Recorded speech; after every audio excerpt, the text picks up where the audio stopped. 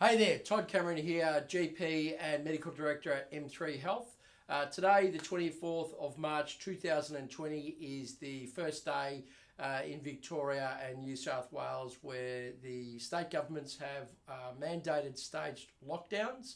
And I just wanted to chat to you a little bit about why we might put a lockdown in place, what it means, and what part you can do to help slow the spread of the COVID-19 pandemic. So one of the problems with the SARS coronavirus 2, which is the name of the virus, is it has a reasonably lengthy phase where it's an incubation phase. So that means the time that you're exposed to the amount of time before you start to show substantial symptoms. And that's somewhere between 4 and 10 days in most cases. Somewhere between 5 and 7 for the vast majority. So could be up to 10 days before you started to show symptoms. And we think that during that period of time, when you get exposed to when you start to show symptoms, that you are able to spread the virus. And that's why it has what's called an R0, how contagious the virus is. That's why the figure is relatively high without you taking measures to lock down and slow down movement of people in any community. So it's probably around 2 to 3 times as contagious as the flu. But the problem is the flu, usually you'll get symptoms within 1 to 2 days. So we know who gets it pretty quickly, and those people can isolate relatively soon, and that way you can slow the spread. However, with COVID-19, as I just explained, that's not always possible to do. And in fact, in a lot of cases, often people don't have temperatures and their symptoms may continue to be quite mild. And so we can't easily identify the people that have COVID-19 in our community. So 2 to 3 times as contagious as the flu, probably between 10 and 30 times as harmful in terms of its fatality rate. So this is pretty serious, and that's why you're seeing measures like lockdowns being announced.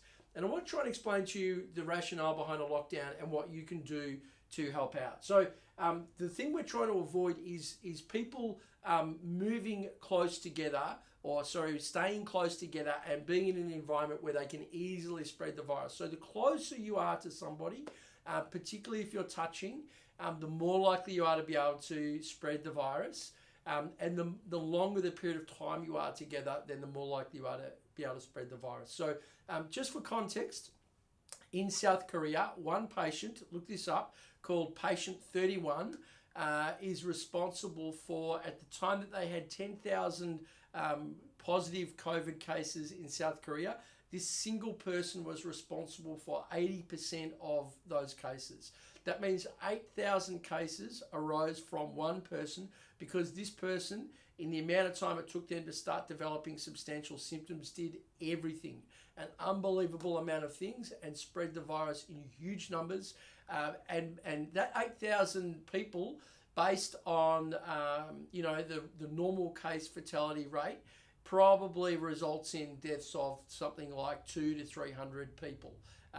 One person in 1 week, 10 days, thereabouts. So what I want you to focus on is what we can all do, and this is about all of us, not any one person, but all of us together need to do, is we need to start thinking about operating more at this end of the spectrum. So up this end in the green zone is brief contact and from afar.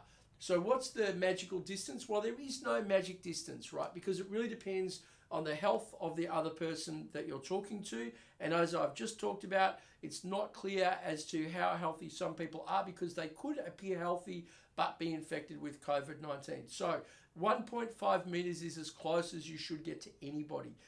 If they are unwell, have a fever, are coughing and sneezing, then the distance should be a lot further, and ideally you are not actually having any contact with that person.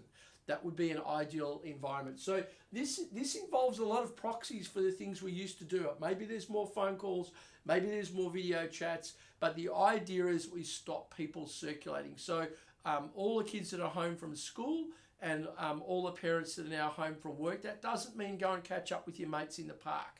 It sounds really appealing, and it sounds like you might be sucked into outdoors being a more relaxed environment. But the reality is you can still have this transferred from surfaces. So your kids go and play on the playground. there could easily be transfer from those surfaces. If people are meeting, they are still spreading potentially the virus through the community. The idea of a lockdown is to slow and prevent interactions and movement in the community. The more aggressive we are with this earlier, the better the case is later on. So it'd be really, really important to make sure that we nail this at the start. Otherwise, what happens is we need to keep ratcheting up the severity of the lockdown so as that people have no choice but to obey it. So please, please, please remain in your homes. That does not mean stay inside your home. You can be in the backyard. Make sure that within your family, if anybody is unwell, that you are actually taking appropriate social distancing measures within the house. Do not hug or kiss people that are unwell in your household. I understand if it's young kids, that's very different. If it's young kids, then I would suggest that you pick one parent that is the person that is having all of the contact with the kids, and the other parent should be in a relative world isolated, so as that if one part of the household goes down with an infection, the other part of the household is able to assist. But remember, if we know there are household members that are COVID positive, you should all treat yourself as if you are, and therefore you should be in quarantine and seek assistance from others. That means shopping, anything you would normally go out for, somebody else can help out. Drop that at your front door, have it regularly put in place for you. So I want you to understand that you need to stay away from the red and the orange zones. So no close contact, no prolonged contact with anybody, and ideally avoid the middle space too. You know, if middle distance and medium level of duration of contact, we also want to avoid those. We want to do as much as we can in the green zone. If we do that now, then we're much more likely to have better outcomes in the end. So if we work together on this, we're going to get a much better outcome. Thanks for your attention. I've been Todd Cameron. Bye.